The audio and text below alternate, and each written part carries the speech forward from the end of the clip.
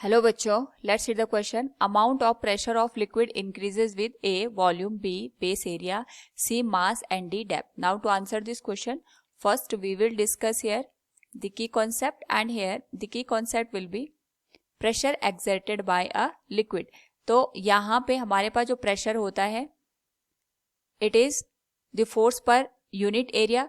और यहाँ पे अगर हम बात करें लिक्विड के प्रेशर की तो इसको हम रिलेट करेंगे फोर्स पर यूनिट एरिया से ही. सपोज हमारे पास कोई कंटेनर है, यहाँ पे हमने एक लिक्विड को फिल कर रखा है जिसकी डेंसिटी रो के बराबर है. इसका जो सरफेस एरिया यहाँ पे है ये ए के बराबर दे रखा है और जो ये लिक्विड हमने फिल कर रखा है इसका जो मास है ये एम के बराबर है.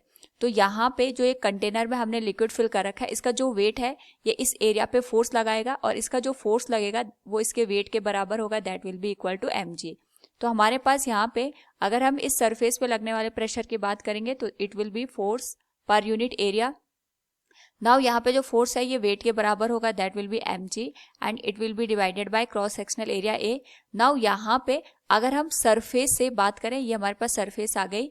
जो हम पॉइंट ले रहे हैं जहां पे हमने प्रेशर को कैलकुलेट करना है उसकी जो डेप्थ है इसको हम h के बराबर कंसिडर कर रहे हैं. तो हम h से इंटू भी कर देते हैं और डिवाइड भी कर देते हैं. तो जब हम क्रॉस सेक्शनल एरिया और डेप्थ को मल्टीप्लाई करते हैं तो ये हमारे पास वॉल्यूम के बराबर आता है. और मास पर यूनिट वॉल्यूम को we know that mass divided by volume हमारे पास डेंसिटी को रिप्रेजेंट करता है. तो इसको हम यहाँ पे लिख सकते हैं m into g into h divided by volume. और मास डिवाइडेड बाय वॉल्यूम हमारे पास यहाँ पे डेंसिटी को रिप्रेजेंट करता है. It will be rho into g into H.